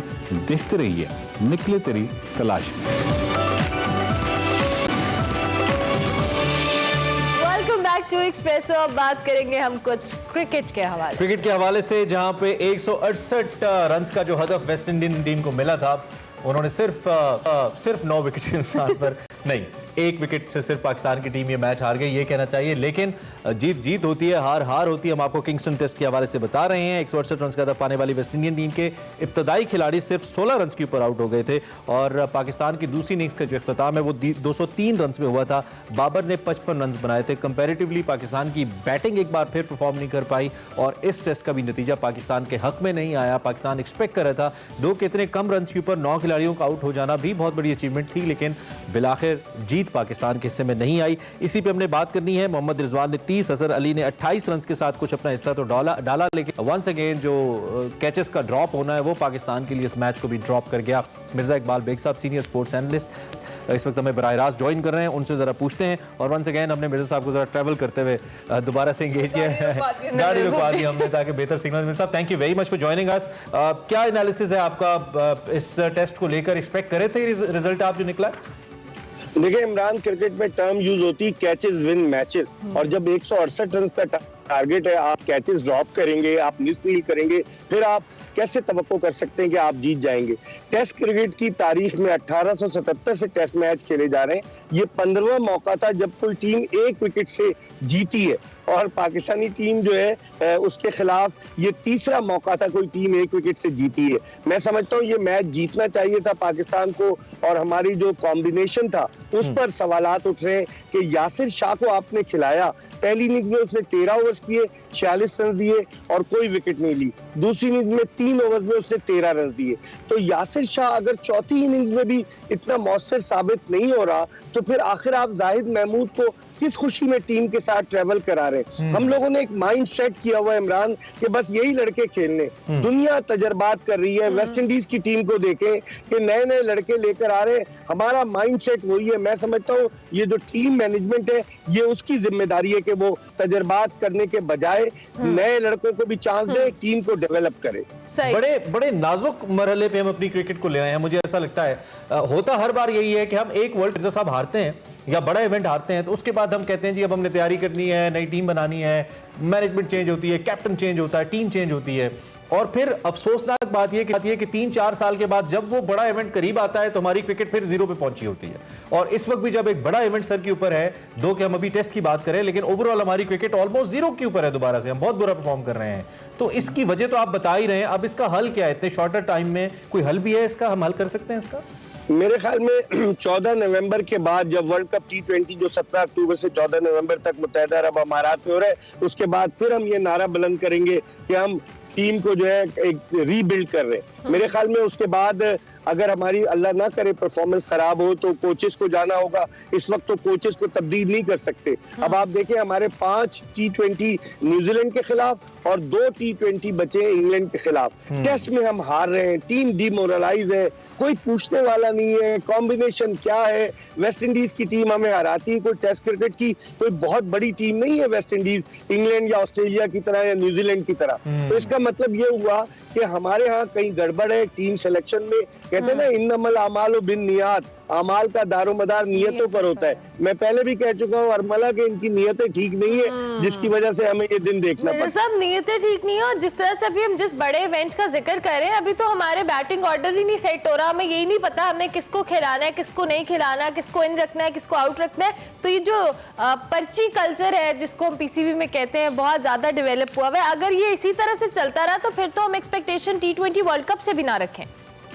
बिल्कुल अरमला, आपने सही निशानदेही की। बैटिंग ऑर्डर हम अब तक अपना सेट नहीं कर पाए। आप देखें न्यूजीलैंड ने अपनी टीम का ऐलान कर दिया, इंग्लैंड ने फाइनलाइज कर ली, भारत ने फाइनलाइज कर ली। अभी तक हम अपनी वही पर्चियों को लेकर चल रहे कि चल जाए तो चल जाए, नहीं चला तो बाहर हो जाएगा। और एक ऐसा वजीर आजम कि जो खुद वर्ल्ड कप की चैंपियन टीम का कप्तान रहा है, जिसके दौर में क्रिकेट को बेहतर होना चाहिए, बजाय बेहतरी के हम तनज़्ज़ुली की तरफ गामज़द है। मैं समझता हूँ वजीर आजम साहब को सख्त नोटिस लेना चाहिए। जहां वो दीगर चीजों का नोटिस लेते, कोई आधा घंटा या 1 घंटा लेने के बाद ही हाल हुआ है मिर्जा साहब। उन्होंने कहा था मैं स्पोर्ट्स की जाने पाऊंगा। वही नोटिस के बाद तो हर चीज पाकिस्तान में जिस चीज का नोटिस लिया जाए वो चीज बजाय बेहतर होने के और खराब हो जाती है। अच्छा, वो एक आप वो नियत की बात करें ना, मुझे लगता है कि ऑन अ लाइटर नोट अगर एक नियत अलाउंस भी आ जाए ना पीसीबी में, नियत की भी पैसे मिले तो सबकी नियत शायद तब ठीक हो जाए, ऐसा लगता है। भाई चेयरमैन को इमरान $650 मिलते हैं जब वो बाहर जाते हैं। आप अंदाजा लगा लें आप कि हम मजदूर लोगों को भी नहीं मिलेंगे इतने जितने चेयरमैन साहब को मिलते हैं। लेकिन बात वही है कि नियतें इनकी ठीक नहीं है और वजीर आजम साहब को अब 1 घंटा निकालना चाहिए। ऑपरेशन क्लीन अप की जरूरत है पीसीबी में। मानी साहब माशाल्लाह 77 बरस के हो गए, अब मेरे ख्याल में अगले महीने उनका टेन्योर खत्म हो रहा है, वो कंटिन्यू नहीं करेंगे। वसीम खान को हम इंपोर्ट करके लेकर आए, वो इस बात पे खुश होते हैं कि मैंने न्यूजीलैंड को बुला लिया, मैंने साउथ अफ्रीका को बुला लिया। पहले आप अपने क्रिकेट का स्टैंडर्ड तो रेस करें।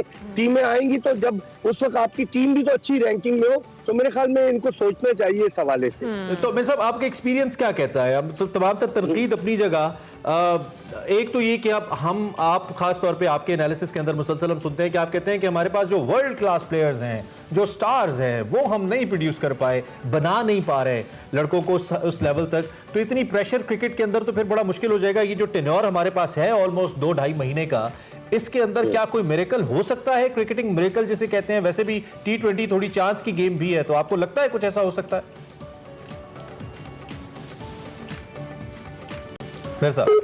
सिग्नल्स ड्रॉप हो गए हैं। मिर्जा साहब चूंकि ट्रैवल कर रहे हैं, और अभी हम बात कर रहे थे टेस्ट में परफॉर्मेंस की, लेकिन जिस तरह से भी बात ये भी हुई कि अक्टूबर से लेकर नवंबर तक जो वर्ल्ड कप T20 स्टार्ट होने वाला है, उसमें पाकिस्तान के लिए हवाले से क्या प्लानिंग है, क्या स्ट्रैटेजी है। और अभी तक हमारा बैटिंग ऑर्डर फाइनल नहीं है। मुख्तलिफ मुल्कों ने अपनी अपनी टीम्स का ऐलान कर दिया और हम अभी इसी सोच में कि हमने कौन से प्लेयर को खिलाना है, कौन से को नहीं खिलाना, प्लेयर को नहीं खिलाना। और ये बड़ी अफसोसनाक बात है, हर 3 साल 4 साल के बाद किसी बड़े इवेंट के बाद हम एक बार फिर हमारी मीटिंग्स होती हैं, अवाम तनकीद करती है। अवाम तो बेचारी तनकीद ही कर सकती है, ट्रेंड्स ही चला सकती है, और हम क्या करें क्योंकि हम क्रिकेट लविंग नेशन है, हमारे लिए तो यही एंटरटेनमेंट मजबूरी है हमारी। हाँ। तो फिर उसके बाद फिर कुछ फैसले होते हैं, और जब भी बड़ा इवेंट पास आता है, ये पिछले 3 वर्ल्ड कप्स का तो मेरा भी एक्सपीरियंस है, कम से कम हम भी यहाँ पे टीवी के ऊपर जब कवर कर रहे हैं तो यही सूरत हाल होती है कि जब बड़ा इवेंट आने वाला होता है, इसी इबाम का शिकार, इसी कंफ्यूजन का शिकार टीम सेटअप होता है, और रिजल्ट्स भी ऐसे ही आ रहे होते हैं। अब बहुत सारे लोग ये भी कहते हैं जी टीम जीतती है तो आप बल्ले बल्ले करते हैं, टीम हारती है तो आप किसी हद तक भी तनकीद करना शुरू कर देते हैं। तो तनकीद होती है हार के ऊपर है, जीत तो सारी खामियां छुपा देती है, चाहे वो किसी भी चीज़ की हो। तो मिर्जा साहब हमारे साथ एक बार फिर कनेक्ट हुए हैं, जरा हमसे पूछते हैं। जी मिर्जा साहब, आपको आवाज़ आ रही है? जी, मुझे आपकी आवाज आ रही है इमरान। ठीक है, प्लीज आप एक तो कंटिन्यू कीजिएगा। और दूसरा मेरा सवाल था कि हमारे पास सिर्फ जो 2-3 महीने का 2-2.5 महीने का टाइम स्पैन बचा है, इसमें कोई मौजज़ा हो सकता है हमारे टीम स्ट्रक्चर को लेकर और हमारे टीम कॉम्बिनेशन को लेकर? देखिए, मौजज़ा तो बहुत मुश्किल है। अगर हम 92 के वर्ल्ड कप के मौजज़े की बात करें, जहाँ हमारा एक मैच वॉश आउट हो गया था, हमें एक पॉइंट मिल गया था, लेकिन अब 92 और 2021 में बड़ा फर्क है। तो मैं समझता हूँ कि बहुत मुश्किल नजर आ रहा है। जो मौजूदा गंभीर सूरत हाल है इमरान, उसको देखते हुए तो मौजज़ा बड़ा मुश्किल नजर आ रहा है, बशर्ते कि ये अभी भी कुछ मिडिल ऑर्डर सेट करें, तजुर्बाकार खिलाड़ियों को लाएं। आप देखें कश्मीर प्रीमियर लीग में शोएब मलिक अच्छा परफॉर्म कर रहे हैं, उन्हें मिडिल ऑर्डर मिलाएं। आजम खान अच्छा प्लेयर है, उसको बाद में वर्ल्ड कप के ट्राई करें। लेकिन इन लोगों की नीयतें ऐसी है ना कि आप देखें इन्होंने जानबूझकर मिडिल ऑर्डर अपना ऐसा रखा कि खिलाड़ी एडजस्ट हो जाए। तो आजम खान के लिए कोशिश करते रहे। अच्छा लड़का है, टैलेंटेड है, लेकिन जिस तरीके से उसे लाया गया इसलिए वो तरीकाकार गलत है। ये नहीं क्या किसी भी क्रिकेटर का अगर कोई ताया जो है वो अगर पाकिस्तान की नेशनल हाई परफॉर्मेंस सेंटर का डायरेक्टर हो तो वो डायरेक्ट वहां जाकर काम करना शुरू कर दे, ये ज्यादती है। फिर उन गरीब बच्चों का क्या होगा जो धूप में अपना बैग लेकर और मैदान में जाते हैं, पाकिस्तान की सब्ज कैप अपने सर पर सजाने का ख्वाब लेकर जाते हैं, उनका क्या होगा फिर? सही, ठीक हो गया। Thank you very much Mirza साहब, बहुत शुक्रिया कि आपने ड्यूरिंग हमें ज्वाइन किया, एक्सप्रेसो में वक्त दिया। क्रिकेट के हवाले से बात हो रही है, हम तो यही उम्मीद करते हैं कि जी अभी जो जज्बात उभर आते हैं। हाँ, वैसे अफसोस होता है। चलें जी, ब्रेक लेंगे, ब्रेक के बाद हाजिर होंगे। आप देखते रहिए एक्सप्रेसो।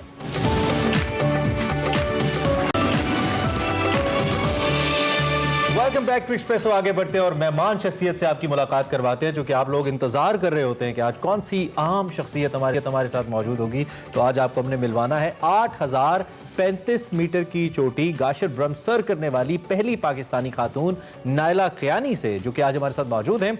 नायला ने गाशर ब्रह्म चोटी सर करने से 7.5 माह कबल ही अपने दूसरे बच्चे को भी जन्म दिया था और उसके फौरन बाद वो ओबियसली इस मुहिम के लिए रवाना हुई। नायला से कबल अब तक किसी पाकिस्तानी खातून ने भी मुल्क में मौजूद 8000 मीटर की 5 चोटियों में से कोई सर नहीं की है। और ये भी याद रहे कि नायला कियानी का ताल्लुक सूबा पंजाब में रावलपिंडी शहर के साथ जो मुलिका तहसील है गुजर खान, वहां से है। उन्होंने साथ साथ एरोस्पेस इंजीनियरिंग की तालीम बरतानिया से हासिल की और अपने शोबे में भी काम किया। इस वक्त वो अपनी फैमिली के साथ दुबई के अंदर मुकीम है और इस वक्त जो कह लें उनसे हम बात करेंगे, वो हमारे साथ मौजूद हैं कि उन्होंने इतनी ज़बरदस्त अचीवमेंट की। Naila, first congratulations and welcome to Expresso. कैसी हैं आप?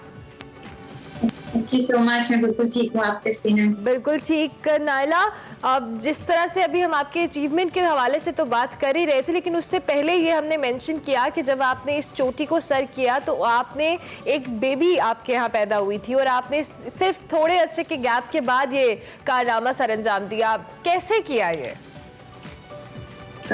एक्चुअली उससे पहले अपने आप को मेंटली रेडी करना कि बेबी को छोड़ के जाना है, लेकिन पूरा प्लान बना हुआ था।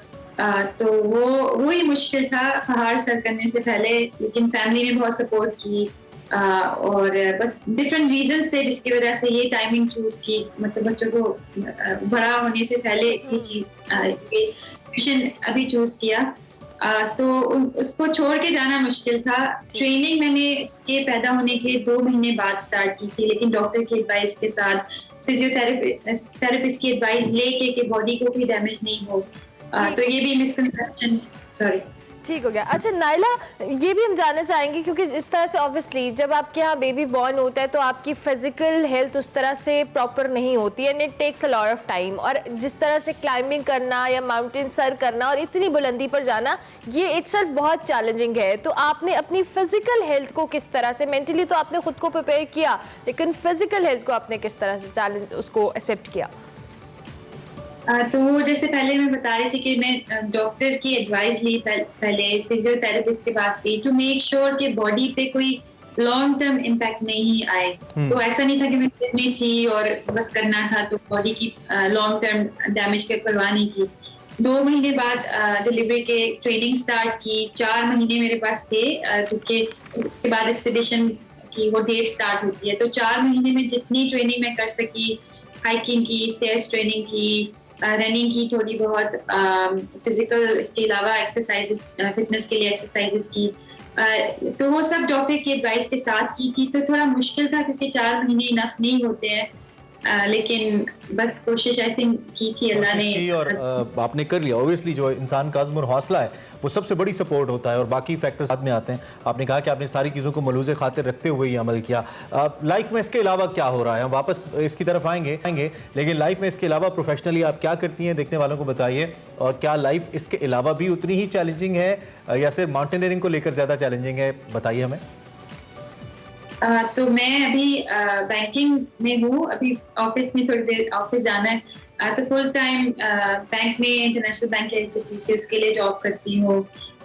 2 बेटियां मेरी, एक 2 साल की, एक अभी 8 महीने की है। तो मैरिड लाइफ भी है, बच्चे भी हैं, काम भी का है। तो मेरे जहन में बड़ा, मुझे लगता है, पता नहीं कहना चाहिए नहीं, लेकिन बड़ा एक अजीब सा इमेज है कि बड़े ऑफिस से घर, घर से ऑफिस, और बड़ी हेक्टिक किस्म की जॉब करने वाले लोग होते हैं बैंकर्स। थोड़ी ड्राई सी लाइफ होती है, मुझे ऐसा लगता है। और बीइंग अ बैंकर आपने चोटी को सर करने का प्लान किया और फिर कर भी डाली, मतलब समझ नहीं आया कुछ। वो एक्चुअली आप ठीक कह रहे हैं, बैंकिंग में थोड़ी ड्राई लाइफ होती है। मैं एक्चुअली इंजीनियर हूँ, जैसे आपने पहले बताया, तो बैंकिंग में खुद भी थोड़ा सा अपने आप को बोरियत से बचाने के लिए एक्टिविटीज करती हूँ। तो बस प्रायोरिटाइज करती हूँ कि क्या करना है, क्या किस टाइम करना है, बच्चों की सपोर्ट के लिए क्या करना है, तो वो सब प्रायोरिटाइज करके मैं मैनेज कर लेती हूँ। जबरदस्त। तो नाइला, अब आपका फ्यूचर में क्या प्लान है? आपने क्या, आपका मजीद कोई है कि आपने अपने शौक को, अपने इस पैशन को आगे लेके जाना है? कहीं कोई और चोटी सर करनी है, कहीं और ट्रेवल करना है? बिल्कुल, ट्रैवलिंग का तो बहुत ही शौक है, लेकिन अगले साल का मेरा 8000 का पाकिस्तान में प्लान है, क्योंकि पाकिस्तान में 5 चोटियां हैं, एक कर ली है। तो ये शौक ऐसा है, एक बार आप स्टार्ट करते हैं तो बोलते हैं मुश्किल होता है उसको स्टॉप करना। तो अगले साल इंशाल्लाह एक और 8000 की चोटी का पाकिस्तान में। नाइला, ये जानलेवा खेल है बीइंग मदर। डर नहीं लगा? बच्चे छोटे हैं, इतना चैलेंजिंग काम करी हूँ, दिल में डर तो आता है, खदशा तो होता है। कंसर्न थोड़ा सा था, हस्बैंड को था, अम्मी को था, लेकिन उनके कंसर्न दूर किए डिफरेंट रीजंस देके।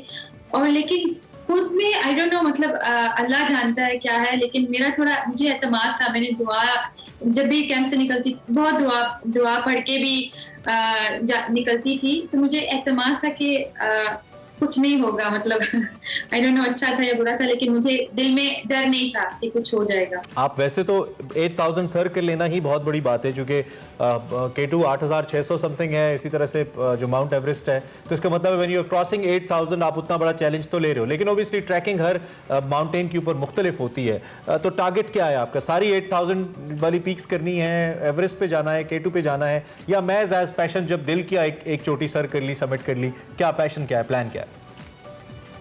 ये फिलहाल पैशन है कि सब करनी है, लेकिन K2 ऑब्वियसली ड्रीम माउंटेन है, इंशाल्लाह एक दिन करूंगी।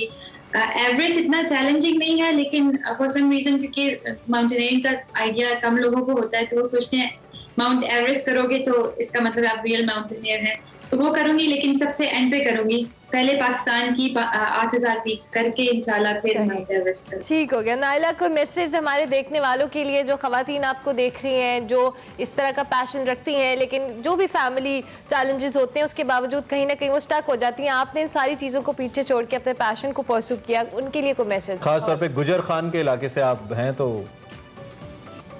हाँ बिल्कुल, मेरा ये मैसेज है कि यूजुअली मतलब मुझे भी गिल्ट था पहली बेटी के बाद जब मैं प्लान करी थी, तो मैं एक्चुअली मेंटली रेडी नहीं थी। कोविड की वजह से वो लकीली मेरा प्लान कैंसिल हुआ, लेकिन वो गिल्ट था कि कैसे करूं, विच इज वैलिड।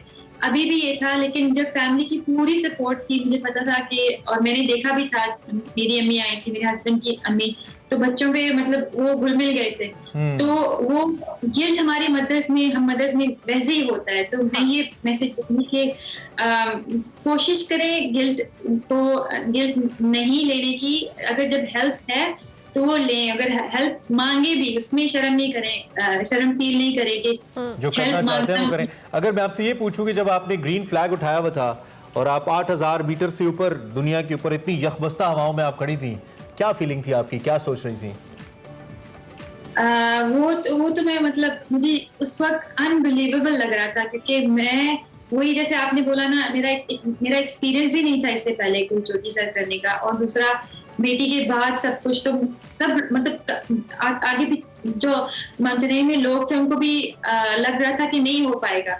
तो मुझे खुद भी ऐसा, मुझे यकीन नहीं आ रहा था कि मैं कैसे 8000 फीट के ऊपर। और अब अगर हम ये कहें इन दी एंड, क्या आप अपनी इस बच्ची को या अपने बच्चों में से किसी को भी चाहेंगे कि वो इस तरफ आए, माउंटेनियरिंग करें? हालांकि बहुत मुश्किल है, और बीइंग मदर थोड़ा सा बच्चों को लेकर कंसर्न तो होंगी कि नहीं, चैलेंजिंग काम है, बच्चों से नहीं करने देना, बच्चों को नहीं करने देना।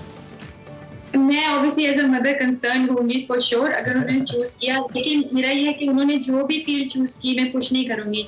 चाहे स्टडीज है या स्पोर्ट्स है, जो वो चूज करेंगे उनकी सपोर्ट, उनकी चॉइस है। Thank you very much Naila, and once again आपको बहुत बहुत मुबारकबाद। बहुत ज़बरदस्त आपने काम किया है। और नाइला कियानी हमारे साथ मौजूद, जिन्होंने चोटी सर की है और बड़ा इन्होंने चैलेंजिंग, इन्होंने कहा कि इनका वो टाइम पीरियड था जिसके दौरान इन्होंने अपने इस मिशन को चूज़ किया और उसमें वो कामयाब भी हुए। बिल्कुल, और पोठवार रीजन से इनका ताल्लुक है, अपने रीजन को भी और ओवरऑल मुल्क को भी इन्होंने प्राउड किया है। हम बहुत ज़्यादा फ़ख्र करते हैं और ख़ास तौर पे ऐसी ख़वातीन बड़ी मिसाल है उन घरेलू ख़वातीन के लिए जो शादी के बाद या बच्चे पैदा होने के बाद काम नहीं करती या घर बैठ जाती हैं और अपने टैलेंट को ज़ाया कर देती हैं। तो आपके पास एक्सक्यूज़ नहीं होना चाहिए, जो आप करना चाहते हैं फैमिली के साथ आप कर सकते हैं। Naila is a classic example for this. इसी पॉइंट के ऊपर ब्रेक लेते हैं, लिंक करते हैं।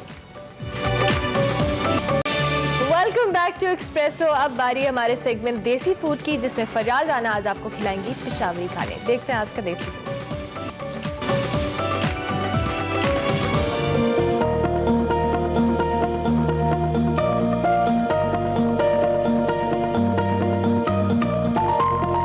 नाजरीन, आज मैं हूँ मुल्तान रोड सुंदर, जहाँ पर है हाजी उस्मान होटल। इनके होटल की खास बात तो ये है कि यहाँ पर पेशावरी रोश, नमकीन मटन फ्राई और काबली पुलाव बहुत मज़ेदार बनता है। चलिए यहाँ चलकर कस्टमर से पूछते हैं कि उनको यहाँ का जायका कैसा लगता है और चलकर देखते हैं कि ये सब खाने बनाते कैसे हैं।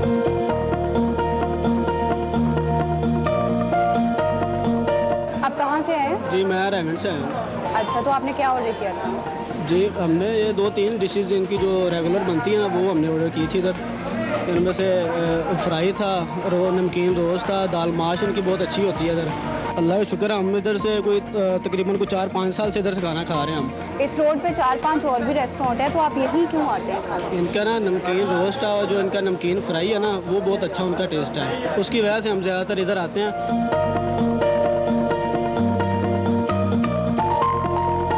आप कहाँ से हैं? फैसलाबाद। आपने क्या ऑर्डर किया था? दाल माश और मटन रोस्ट। टेस्ट कैसा लगा आपको यहाँ? टेस्ट माशाल्लाह से बेहतरीन है।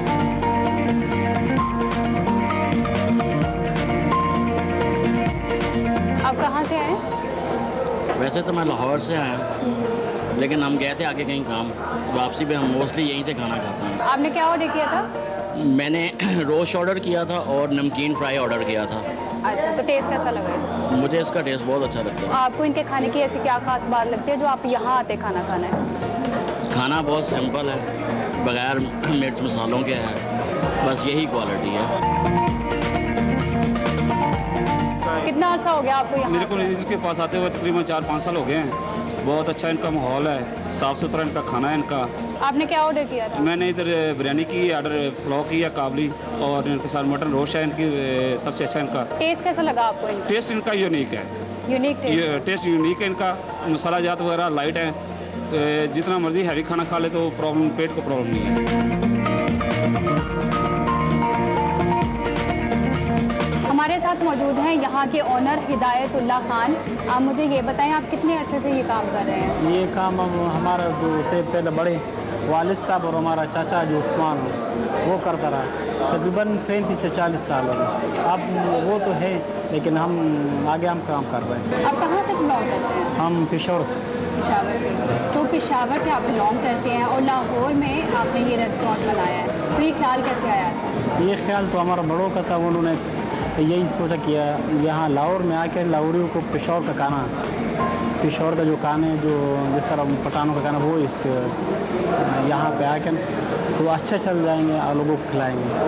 अच्छा, आप ये बताएं कि खाने में क्या क्या बनाते हैं? खाने में हमारे पास नमकीन रोस्ट होता है मटन का, और नमकीन फ्राई जो होता है वो भी मटन का, और काबली पुलाव, बीफ पुलाव होता है, और मटन कढ़ाई भी होती है, चिकन कढ़ाई, और शाम के टाइम बारबेक्यू होता है। लोग सबसे ज़्यादा क्या खाना पसंद करते हैं? हमारा तो नमकीन रोस्ट लोग ज़्यादा पसंद करते हैं, साथ साथ अब दूसरे खाने भी लोग पसंद करने लगे, मटन कढ़ाई हो गया, नमकीन फ्राई, काबली पुलाव, और बस यही चीज़ें काफ़ी लोग पसंद करते हैं, और काफ़ी दूर से लोग आते हैं। शाम के टाइम फैमिली के साथ लोग आते हैं, लाहौर से। आपके खाने में ऐसी क्या खास बात है जो यहाँ पर इतना ज़्यादा रश लगा हुआ है? अच्छा, हमारा खाना जो है हम इसमें नमकीन बनाते हैं, बिल्कुल सादा जायका उसका। जो पठान लोग जो खाने बनाते हैं वो उस टाइप के बनाते हैं, मिर्च मसाले उसमें नहीं होते।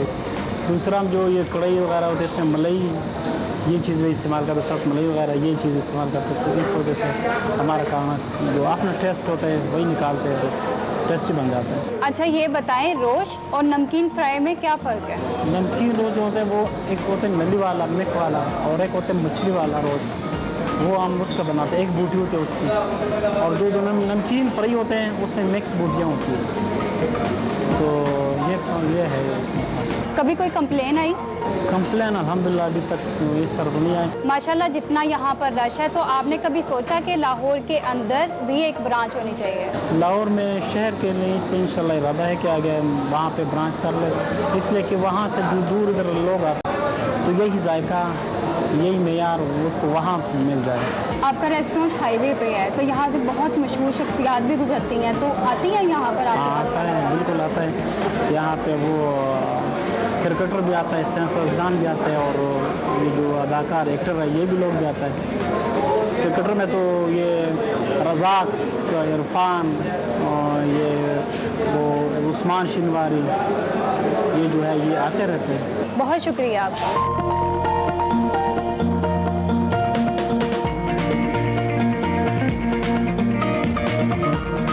नाजरीन, मेरे लिए रोश, काबली पुलाव और नमकीन मटन आ चुका है, इसको ट्राई करते हैं।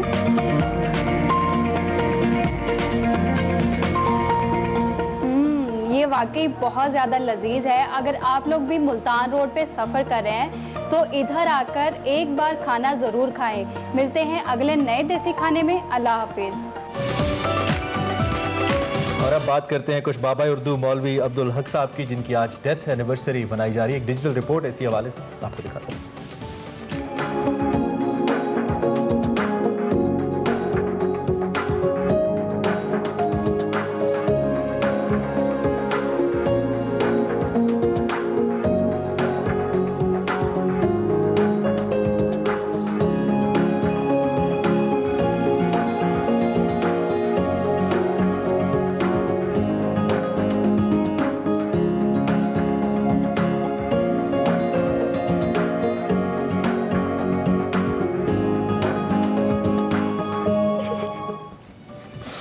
Welcome back. और प्रोग्राम बिल्कुल खत्म होने वाला है और अब हमारे पास एक वीडियो है जो हमने आपको दिखानी है।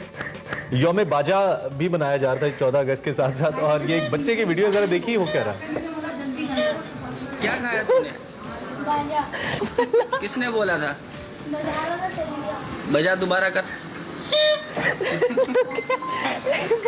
मतलब बच्चा बेचारा कितनी मुश्किल में, और उससे बाकायदा तौर पे एक्ट करवाया जा उससे एक्ट करा रहे वो कितनी मुश्किल में बेचारा वो सांस। अच्छा, इसमें दो चीजें, एक तो बच्चों के हवाले से जरा एहतियात करें, और दूसरा अगर ऐसा क्या बच्चे के साथ हो जाए कोई वाकया तो इस तरीके से पेट से बाजा मत बजवाएं, उससे उसका इलाज करवाएं, ये बहुत जरूरी है। अल्लाह हाफ़िज़।